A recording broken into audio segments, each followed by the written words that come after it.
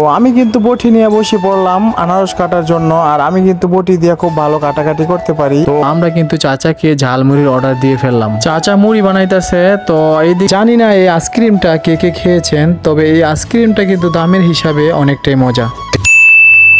আসসালামু আলাইকুম এভরিওয়ান, কেমন আছেন সবাই? আশা করি ভালো আছেন। আলহামদুলিল্লাহ আমিও ভালো আছি। আবারও চলে আসলাম আইমান আপন ফেসবুক পেজ থেকে আরো নতুন একটি ব্লগ নিয়ে। প্রেমের বাজার শুধু নামই শুনে গেলাম, তো আজকে দেখবো ওইখানে গেলে প্রেম মিলে কিনা।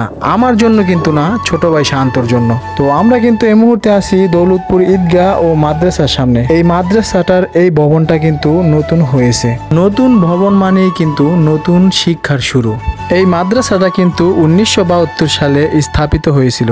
তবে যাই হোক দর্শক, আমরা কিন্তু তিনজন খুব মজা করতে করতে চলে যাইতেছি সেই প্রেমের বাজারের দিকে। আমরা কিন্তু প্রেমের বাজারে ঢুকতেই দেখতে পেলাম এখানে অনেক লোকজনের ভিড়। তবে আমরা বুঝতে পারছি এখানে ন্যায্য মূল্যে সদাই দেওয়া হয়। আমরা কিন্তু এই মুহূর্তে প্রেমের বাজারের ব্রিজে উঠে পড়লাম।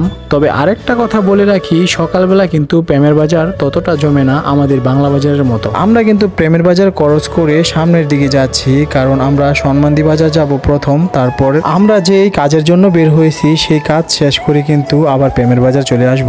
তবে ভালো একটি কাজে বের হয়েছি, আশা করি আমাদের পরবর্তী ব্লগে দেখতে পারবেন। তো আমরা কিন্তু এই মুহূর্তে সন্মানদি বাজারে এসে পড়েছি। তো সন্মানদি বাজার আসতে না আসতেই কিন্তু শান্ত বলতেছে, ওই যে ভাইয়া দেখেন চাচা মুড়ি বিক্রি করতেছে। তো কি আর করা, ঝালমুড়ি দেখলে শান্তর আবার মাথা ঠিক থাকে না। তো আমরা কিন্তু চাচাকে ঝালমুড়ির অর্ডার দিয়ে ফেললাম। চাচা মুড়ি বানাইতেছে। তো এইদিকে কিন্তু আমার এক ফ্রেন্ড ফলোয়ার আমাকে পিছন থেকে ডাকতেছে। এখানে এসো, এক ভাইয়ের সাথে দেখা হয়ে গেল। ভাইয়ের ভিডিও দেখে অনেক ভালো লাগে। ঠিক আছে, হ্যাঁ ধন্যবাদ।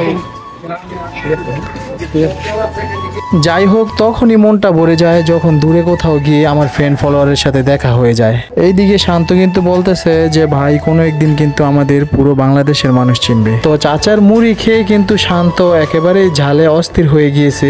তো আমাদের জন্য আবার আইসক্রিম নিয়ে আসলো। জানি না এই আইসক্রিমটা কে কে খেয়েছেন, তবে এই আইসক্রিমটা কিন্তু দামের হিসাবে অনেকটাই মজা। এইদিকে কিন্তু শান্তর কাজ দেখে আমি অনেকটাই খুশি হলাম। একটা রুটি কিনে কুকুরকে কিন্তু সে খাওয়াচ্ছে, আর কুকুরটা কিন্তু অনেকটাই ক্ষুধার্ত ছিল।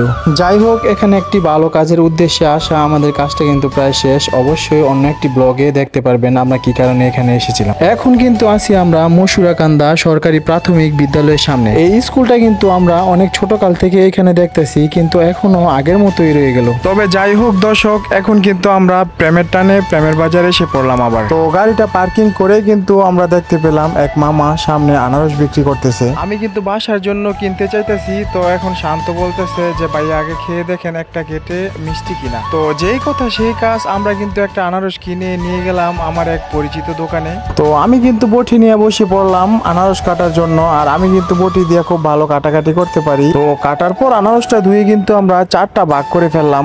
মানুষ হলাম আমরা 3জন, ভাগ করলাম 4টা। তো এখানে কিন্তু আমার এক পরিচিত ভাইয়া ছিল, ওনাকে একটা দিলাম। তবে যা ভাবছি তা কিন্তু হয়নি। আনারসটা অনেকটাই পানসা ছিল, একটু মিষ্টি ছিল না। এই কারণে কিন্তু আমি আর বাসার জন্য আনারস নিলাম না। বিট লবণ দিয়ে খাওয়ার পরেও কিন্তু আমাদের কাছে আনারসটা ততটা ভালো লাগলো না। তো আমরা কিন্তু এখন পানি খেয়ে চলে যাব আমাদের বাসার উদ্দেশ্যে। প্রেমের বাজার এসে কিন্তু শান্তর আর প্রেম হলো না। এইদিকে এক ভাইয়া বলতেছে আমাদের ভিডিও নাকি দেখে, তো ওনার সাথে অনেকটাই মজা করলাম। তো আরেকটু সামনে আসার পর কিন্তু আমার কিছু ছোট ফ্রেন্ড ফলোয়ারের সাথে দেখা হয়ে গেল। তারা কিন্তু আমার বাইকটা ডিরেক্ট থামিয়ে দিল। তো ওদের সাথে কথা বলার পর কিন্তু আমরা চলে আসলাম ডিরেক্ট আমাদের সোনার বাংলা উচ্চ বিদ্যালয়ের সামনে। তো কেমন লাগলো আজকের এই ব্লগটা অবশ্যই আমাদেরকে কমেন্টে জানাবেন। তো আজকের জন্য আমি বিদায় নিচ্ছি আপনাদের কাছ থেকে। সবাই ভালো থাকবেন, সুস্থ থাকবেন, আর আমার নতুন ব্লগের জন্য অপেক্ষা করবেন। আল্লাহ হাফেজ।